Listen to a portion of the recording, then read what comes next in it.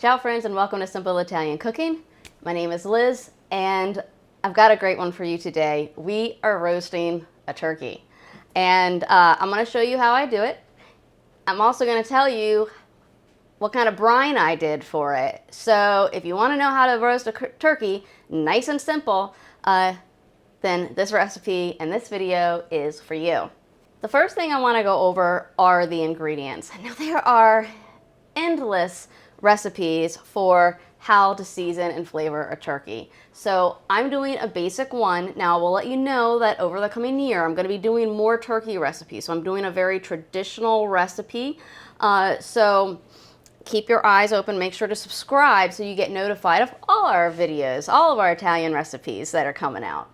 So for this recipe, let me tell you what you need. First, you got to preheat the oven to 350 and put the rack on the lowest setting, the lowest tier, okay, the lowest rack. You're gonna need a roasting pan, okay, like this. It doesn't have to have this, but I like it. And then we have a turkey. I'm doing a 12-pound turkey, okay? And for the vegetables, what I'm gonna use is I have 3 things of celery that I chopped up into about 3-inch strips here. I have onions. I have 1 onion that I did, a decent sized onion, to about maybe a 1/2 inch thick. And then I have a very large carrot, which is probably equal to 2 regular sized smaller carrots, because I don't like a lot of carrots. And I cut them in half this way, and again about 3 inches or so. And what we're going to do, very, very simple. We are going to just simply put these on the bottom in here. Now, everybody has a different way, so if you want to do it differently, go ahead. So my goal with this, doing it this way, is that as the drippings from the turkey come down into the pan, that it will cook the vegetables, and the vegetable flavor kind of will create a stock. And that stock is what I want to use in the gravy. So it kind of is a 2-for-1 deal.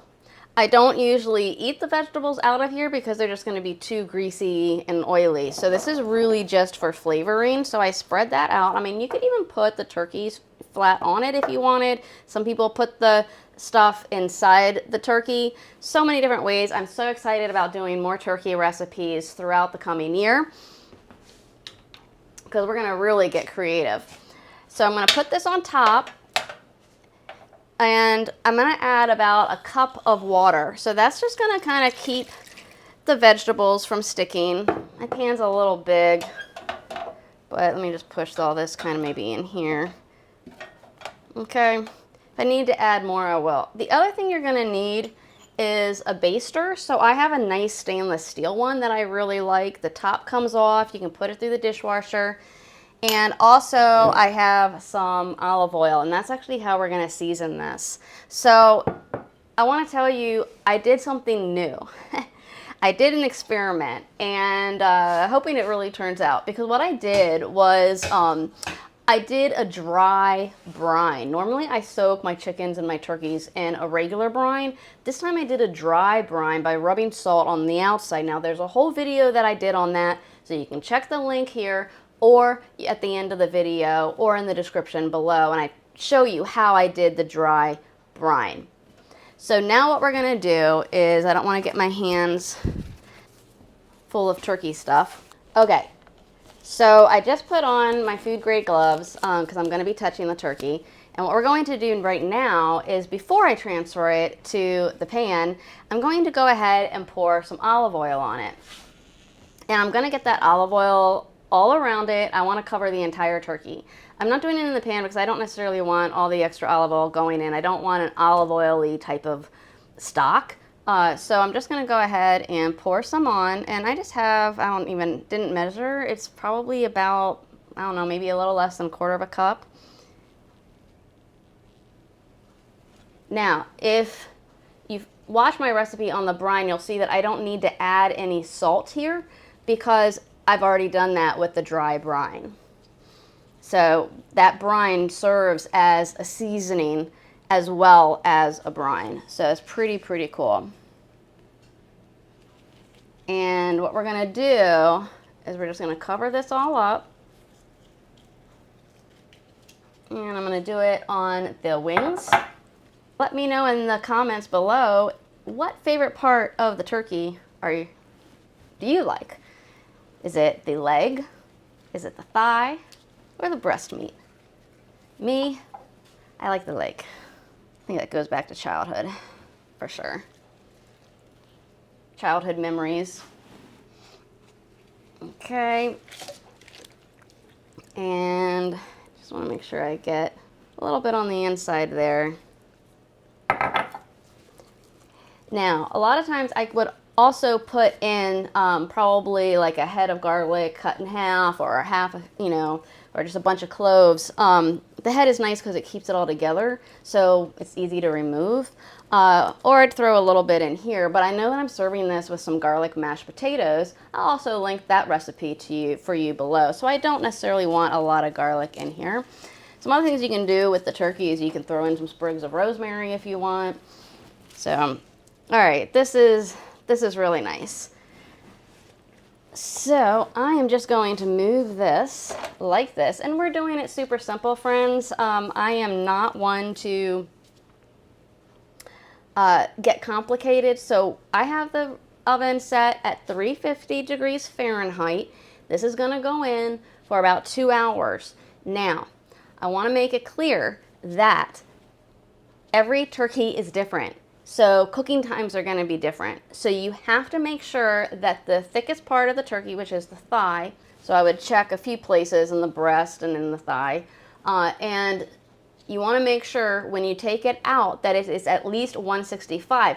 Now, what's going to happen when you take out the turkey, it is going to keep cooking. So you really want it to get to that 175, 180 once everything is all said and done. So I'm going to take this out between 165 and 170. Hopefully I'll catch it in time. And every about 30 minutes, I'm going to baste this because I want that to be nice and crispy. I think what I'm going to do is let it get nice and brown first, and then I'm going to go ahead and cover it so that just lightly cover it, okay? So into the oven it's going to go. So I'm going to take these off and I'm going to go ahead and put it in the oven. I'm going to set the timer for 2 hours. So for a 14-pound turkey, it is normally 2.5 hours, so we'll see. Okay, friends, see you in a little bit. Okay, friends, so it has been 2 hours. This was in the oven, and I have to say that even at 2 hours, I think I overcooked it, because when I when I did the temperature, it was registering like 188 in some areas, and then some areas 175. So maybe, but let's go ahead and I have to say I didn't baste it a lot. I checked it every 30 minutes. There just wasn't enough juice until like the last hour. And so I made sure I basted it, and it's nice and crispy. I didn't even put foil on top. This looked really good. So let's go ahead. I'm just going to take a little bit of thigh here. Ooh, that looks really, nice and juicy. Yeah, like this. Wow. I love the dark meat.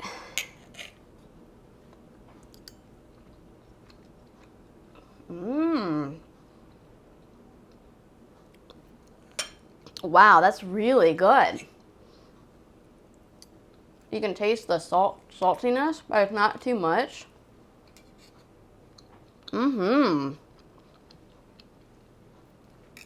Yeah, this is really, really good.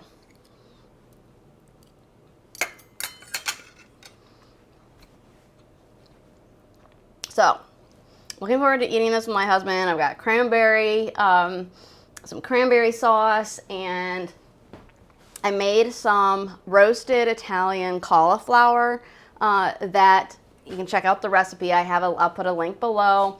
Really easy to do. So I did that while this was cooking, and then we have some garlic mashed potatoes that we're going to be serving up with it. So really looking forward to this dinner. I'm really happy with this. The only recommendation I have is to check that temperature before 2 hours if you have a 2-pound turkey. This was an organic turkey as well. So, and the drippings look really good. I'm really happy with that. It's gonna make a delicious gravy. So I wanna thank you so much for watching. I really appreciate it. And make sure to subscribe and like and enjoy your turkey.